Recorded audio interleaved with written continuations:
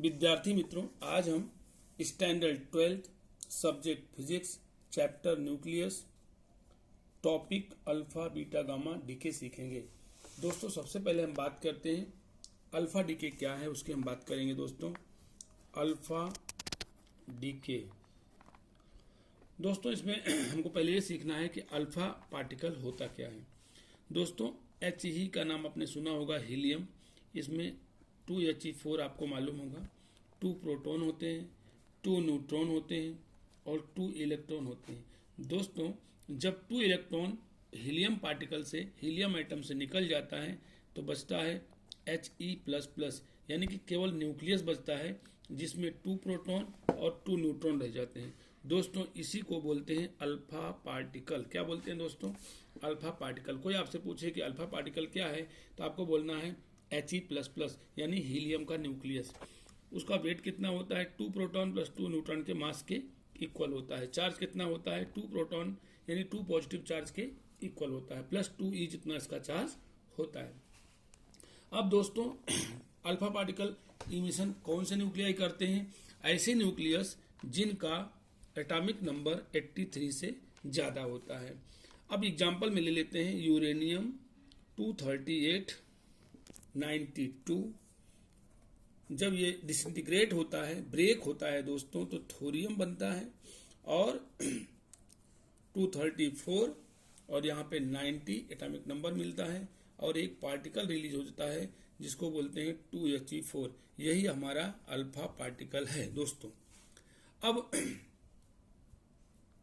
Alpha particle जब emit होता है दोस्तों, तो आपको ध्यान ये रखना है कि ऐसी रिएक्शन में एनर्जी रिलीज होती है, और एनर्जी रिलीज होती है हम उसको बोलते हैं क्यू वैल्यू। क्यू वैल्यू अगर 0 से ज़्यादा है तभी अल्फा पार्टिकल रिलीज होगा, और ऐसी रिएक्शंस को बोलते हैं एक्सोथर्मिक। क्या बोलते हैं दोस्तों?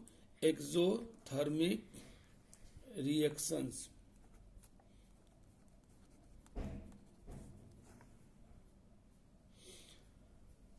अब दोस्तों अल्फा पार्टिकल जब निकलता है तो आपको ये ध्यान रखना है कि जो यूरेनियम है उसको बोलेंगे पेरेंटल न्यूक्लियाई, और जो थोरियम है उसको बोलेंगे डॉटर न्यूक्लियाई।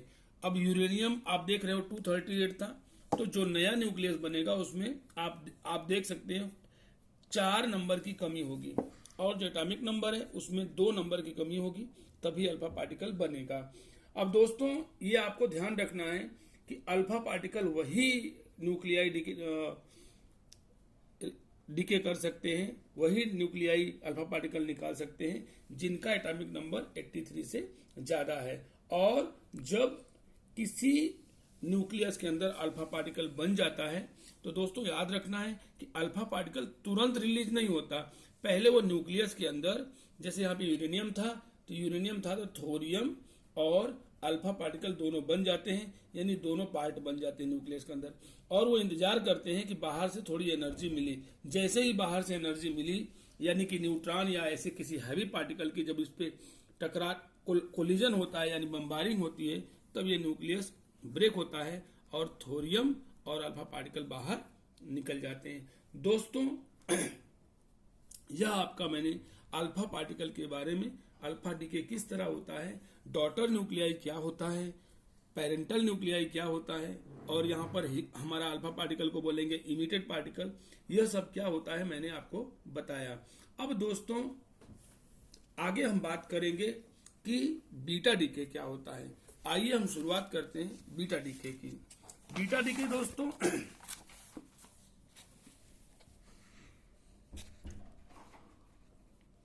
पहले तो जान लेते हैं कि बीटा पार्टिकल बोलते किसको है। आपको दोस्तों याद रखना है बीटा पार्टिकल 2 टाइप्स के होते हैं। एक को बोलते हैं बीटा माइनस और एक को बोलते हैं बीटा प्लस। बीटा प्लस का मतलब दोस्तों होता है पॉजिट्रॉन, जिसको हम इस तरह दिखाते हैं। इसको हम इस तरह भी दिखा सकते हैं, E ऊपर 0 नीचे +1। यहाँ पे हम उसको बोलते हैं इलेक्ट्रॉन। तो दोस्तों इसको मैं ऐसे भी दिखा सकता हूँ, E0 -1। ये अलग अलग सिंबल बीटा पार्टिकल के लिए यूज होता है। लेकिन आपको इतना ध्यान रखना है कि पॉजिट्रॉन जो होता है वह बीटा प्लस होता है और जो इलेक्ट्रॉन होता है वह बीटा माइनस होता है। अब दोस्तों जब कोई न्यूक्लियस ब्रेक होता है, यह न्यूक्लियस जब ब्रेक होगा तो वह अपने अंदर से इलेक्ट्रॉन और पॉजिट्रॉन रिलीज करता है। अब दोस्तों यह ध्यान रखना है खास कि यह वो इलेक्ट्रॉन नहीं होते जो इलेक्ट्रॉन न्यूक्लियस के चारों तरफ एटॉमिक ऑर्बिट में घूमते रहते हैं। उन इलेक्ट्रॉनों से ऐसे इलेक्ट्रॉनों का कोई लेना देना होता नहीं है। जब न्यूक्लियस ब्रेक होता है तो न्यूक्लियस के अंदर से इलेक्ट्रॉन और पॉजिट्रॉन निकलते हैं, उनको हम नाम देते हैं बीटा रेज। अब ध्यान ये रखना है कि बीटा रेज किस तरह निकलते हैं उसका हम थोड़ा सा क्या बोलते हैं उसको प्रोसीजर समझते हैं। मान लेते हैं फास्फोरस हमको दिया हुआ है 32 और यहाँ पे 15, यह ब्रेक होता है सल्फर में 32 और 16 प्लस 0 -1 प्लस एंटी न्यूट्रिनो। ध्यान रखना है दोस्तों, फास्फोरस जब ब्रेक होगा सल्फर में तो एक इलेक्ट्रॉन निकलेगा, यानी कि एक बीटा माइनस पार्टिकल निकलेगा और एंटी न्यूट्रॉन निकलेगा। यह दोस्तों ध्यान रखना है कि यहां पर जब इलेक्ट्रॉन निकलता है तो यहां एक देख रहे हो इंक्रीजमेंट हो रहा है। सिमिलरली हम अगर सोडियम की बात करते हैं तो सोडियम 2211 जब ब्रेक होगा नियोन में तो यहां पर 10 और 22 प्लस E0 -1। दोस्तों ध्यान ये रखना है, यहाँ पे +1 लेना है दोस्तों, यहाँ ध्यान रखना है न्यूट्रिनो आएगा। तो अब जब आप देख सकते हैं जब पॉजिट्रॉन निकलता है +1 E+ निकलता है जिसको बोलते हैं पॉजिट्रॉन, यहाँ देख रहे हैं कमी हो रही है। यहाँ इलेक्ट्रॉन था तो यहाँ देख रहे हैं इंक्रीजमेंट हो रहा है। लेकिन जब इलेक्ट्रॉन निकलेगा तो एंटी न्यूट्रिनो और जब पॉजिट्रॉन निकलेगा तो न्यूट्रिनो, यानी यही हमारा ये जो E0 -1 है यही हमारा बीटा माइनस है और ये हमारा बीटा प्लस है। दोस्तों आपको ध्यान ये रखना है कि न्यूट्रिनो एंटी न्यूट्रिनो की जो डिस्कवर हुई वह बीटा पार्टिकल बीटा इमिशन के समय हुई, क्योंकि इसके पहले जब बीटा डीके हो रहा था तो उस टाइम पे लोगों को न्यूट्रिनो और एंटी न्यूट्रिनो की जानकारी नहीं थी। तो हमने आपको बताया गया होगा, सर ने सिखाया होगा कि 4 तरह के लॉ होते हैं। फंडामेंटल लॉ बोलते हैं, law of conservation of energy, law of conservation of momentum, law of conservation of angular momentum, law of conservation of charge. ये चारों रूल हमेशा यूनिवर्सल ट्रूथ है, कभी ये गलत नहीं होते। लेकिन आपको बता दूं थोड़ी सी हिस्ट्री कि जब बीटा डीके की कहानी शुरू हो रही थी, जब बीटा डीके के बारे में लोग जानकारी मिली थी, उस टाइम यह law of conservation of angular momentum के लिए यह इक्वेशन फुलफिल कंडीशन नहीं हो रहा था, मतलब पूरी तरह से सेटिस्फाइड नहीं कर रहा था law of conservation of angular momentum को। तो लोगों की उस टाइम पे न्यूट्रिनो और एंटी न्यूट्रिनो जानकारी नहीं थी। बाद में यह पता चला कि न्यूट्रिनो और एंटी न्यूट्रिनो 2 पार्टिकल भी यहाँ पे होते हैं, जिनकी वजह से यह बैलेंस नहीं हो रहा था। और जब इन एंटी न्यूट्रिनो यहाँ पे रख दिया गया और इस रिएक्शन में, इस न्यूक्लियर रिएक्शन में न्यूट्रिनो रख दिया गया, तो यह law of conservation of angular momentum को पूरी तरह से सेटिस्फाइड किया। और वो चारों लॉ जो थे वो आज भी सत्य हैं, पहले सत्य थे और आगे भी यूनिवर्सल ट्रूथ रहेंगे, सही रहेंगे, कभी उन पे कोई तरह की आंच नहीं आएगी, क्योंकि हम गलत हो सकते हैं, ये लॉ गलत नहीं हो सकता। तो दोस्तों मैंने आपको थोड़ा सा बताया, अब आगे बढ़ते हैं।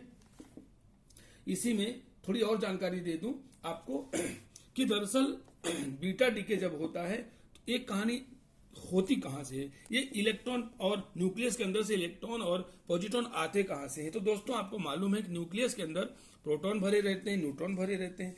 तो जब न्यूट्रॉन ब्रेक होता है तो एक प्रोटॉन बनता है और एक बीटा माइनस बनता है, इलेक्ट्रॉन और एंटी न्यूट्रिनो। और दोस्तों जब इसी तरह से एक प्रोटॉन ब्रेक होता है तो एक न्यूट्रॉन बनता है और एक ई पॉजिटिव यानी कि बीटा प्लस पार्टिकल बनता है और प्लस न्यूट्रिनो बनता है। दोस्तों ध्यान रखना यहाँ पे एंटी न्यूट्रिनो यहाँ पे है, ई माइनस जहां होगा वहां एंटी न्यूट्रिनो लेना है और जहां ई प्लस होगा वहां पे न्यूट्रिनो लेना है। इस तरह आपको ये बीटा पार्टिकल का मैंने समरी डिस्क्रिप्शन दिया। दोस्तों आपको पसंद आया होगा। आगे बढ़ते हैं, हम बात करते हैं गामा डीके क्या होता है। दोस्तों गामा डीके जैसा कि मैंने पहले बताया, अल्फा एक पार्टिकल है, बीटा एक पार्टिकल है दोस्तों, लेकिन आपको ध्यान ये रखना है कि गामा कोई पार्टिकल नहीं है। फोटोन जब अधिक एनर्जी वाले हाई एनर्जेटिक फोटोन जब न्यूक्लियस से रिलीज होते हैं उन्हीं को बोलते हैं गामा डीके या बोलते हैं गामा रेज। आपको दोस्तों ध्यान रखना है गामा रेज। अब आपको सुनाया गया होगा, बताया गया होगा चैप्टर नंबर 13 में कि जब कोई भी एटम दोस्तों ग्राउंड स्टेट से एक्साइटेड स्टेट में जाता है तो होता क्या है, उसमें इलेक्ट्रॉन लोअर लेवल से हायर लेवल में जाता है, तो उसको बोलते हैं कि एटम हमारा एक्साइटेड स्टेट में आ गया है। अब इलेक्ट्रॉन एक्साइटेड स्टेट में नैनो सेकंड जितना वेट करता है, फिर वापस अपनी मूल यानी कि ओरिजिनल ऑर्बिट में आ जाता है। तो एक्स्ट्रा जो एनर्जी उसके पास होती है वह फोटोन के फॉर्म में बाहर रिलीज करता है, जिससे हम बात करते हैं लाइट की, कि लाइट निकलती है। जैसे डिस्चार्ज ट्यूब के अंदर किसी गैस को हम डिस्चार्जिंग करते हैं तो ट्यूबलाइट के अंदर से लाइट निकलती है, अब वो फोटोन ही होते हैं। लेकिन हम बात करते हैं गामा डीके की, तो ये तो एटम की बात हो गई। इसी तरह नेचर ने व्यवस्था करके रखा है कि कोई भी न्यूक्लियस भी ग्राउंड स्टेट से एक्साइटेड स्टेट में जाता है, लेकिन यह हम नहीं कर सकते। यह ऐसी व्यवस्था नेचर ने करके रखा है कि जब न्यूक्लियस ग्राउंड स्टेट से एक्साइटेड स्टेट में जाएगा तो ऐसा तभी होता है जब कोई न्यूक्लियाई, जैसे कि कोबाल्ट की बात करते हैं 60 और 27, जब यह ब्रेक होता है निकल में 60 और यहां पर 28, तो दोस्तों ध्यान रखना यहाँ पे बीटा पार्टिकल भी इमिट होता है। और आपको मालूम है बीटा पार्टिकल इमिट होगा तो यहाँ पे आपको मैंने पीछे सिखाया एंटी न्यूट्रिनो निकलेगा। अब दोस्तों ध्यान ये रखना है कि जब बीटा पार्टिकल निकलता है तो यहाँ पर इसको बोलेंगे पेरेंटल न्यूक्लियाई, इसको बोलेंगे डॉटर न्यूक्लियाई। ये जो डॉटर न्यूक्लियाई होता है दोस्तों, ध्यान ये रखना है कि जब भी बीटा पार्टिकल निकलता है तो डॉटर न्यूक्लियाई जो है दोस्तों यह एक्साइटेड स्टेट में ही मिलता है।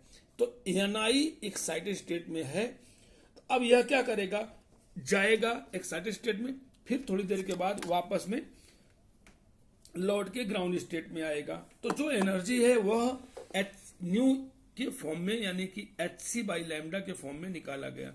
अगर हम बात करते हैं न्यूक्लियस के एक्साइटेड स्टेट की, तो लगभग 1 मिलियन इलेक्ट्रॉन वोल्ट जितनी एनर्जी, अगर हम मिनिमम एनर्जी इतना लेते हैं न्यूक्लियस को एक्साइटेड स्टेट में लाने के लिए, मिनिमम एनर्जी मतलब होती तो ज्यादा है, लेकिन अगर मिनिमम 1 मिलियन इलेक्ट्रॉन वोल्ट लेते हैं, अगर मैं इसको कैलकुलेशन करता हूं तो दोस्तों h nu is equal to 1 million यानी 1×10⁶ जितना आएगा, और 1.6 10⁻⁻19 जूल जितना यहाँ पे एनर्जी अगर ये आती है, आप कन्वर्ट करते हो उसको जूल में, तो एच न्यू यहाँ पे हम रखेंगे hc/λ न्यू की वैल्यू, और इसको कैलकुलेट करेंगे, एच रखेंगे, सी रखेंगे, लैम्डा आप देख सकते हैं यहाँ पर।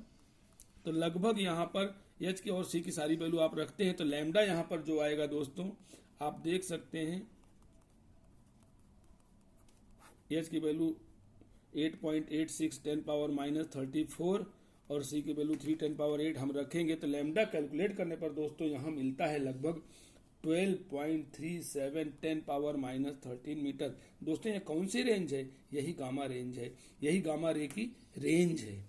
आपको ध्यान रखना है कि जो वेवलेंथ हाइट 12.37 10⁻⁻13 मीटर या गामा रेंज की रेंज होती है, यानी कहने का मतलब यहाँ गामा रेंज हमारे इमिट होते हैं। अब दोस्तों ध्यान ये रखना है कि गामा डीके जब होता है तो आपको ये ध्यान रखना है कि गामा डीके कब होगा, जब डॉटर न्यूक्लियाई बनेगा। और डॉटर न्यूक्लियाई जब बनेगा तो वह पहले से किसमें रहेगा, एक्साइटेड स्टेट में रहेगा। इस तरह दोस्तों मैंने आपको गामा डीके के बारे में जानकारी दिया। फिर से एक बार हम बात कर लेते हैं। अल्फा क्या है, हीलियम न्यूक्लियस। बीटा क्या है, इलेक्ट्रॉन माइनस अथवा इलेक्ट्रॉन प्लस जिसको बोलते हैं पॉजिट्रॉन। और गामा क्या है, आपको बोलना है हाई एनर्जेटिक फोटोन। क्या बोलना है, फोटोन। तो ये तो हो गया मैटर वेव, ये हो गया मैटर वेव, ये क्या हो गया, रेडिएशन। आपको ये ध्यान रखना है। न्यूट्रिनो जो होता है दोस्तों आपको ध्यान रखना है, इसमें मैंने एक न्यूट्रिनो की बात किया है, एंटी न्यूट्रिनो की बात किया है। कोई आपसे सवाल करे तो दोस्तों ध्यान रखना है, न्यूट्रिनो जो होता है, न्यूट्रिनो और एंटी न्यूट्रिनो, न्यूट्रिनो और एंटी न्यूट्रिनो ध्यान रखना है, ये कोई चार्ज पार्टिकल नहीं होते, यह न्यूट्रल पार्टिकल होते हैं और दुनिया के बहुत हल्के पार्टिकल हैं। अगर अर्थ को भी ये क्रॉस कर जाए तब भी ये किसी पार्टिकल से इनकी कोलिजन नहीं होगा। ये आप इस तरह अंदाजा लगा सकते हैं कि कितने लाइट, कितने हल्के पार्टिकल होते हैं कि इनकी इंटरेक्शन किसी पार्टिकल से होती नहीं है। तो यह न्यूट्रिनो और एंटी न्यूट्रिनो जानकारी थी, जो कि चार्जलेस होते हैं और वेट में बहुत लाइट होते हैं और कभी भी इनकी किसी के साथ इंटरेक्शन होती नहीं है। न्यूक्लियस में कुछ ऐसे पार्टिकल हैं जिनके साथ इनका इंटरेक्शन होता है, तभी जाके आपको सिखाया गया था 11th क्लास में वीक न्यूक्लियर फोर्स प्रोड्यूस होता है, जो कि न्यूट्रिनो और एंटी न्यूट्रिनो की वजह से ही प्रोड्यूस होता है। यह वीडियो आपको दोस्तों पसंद आया होगा तो लाइक, सब्सक्राइब, शेयर जरूर करना। मिलते हैं एक IMP वीडियो के साथ। Thank you. जय हिंद।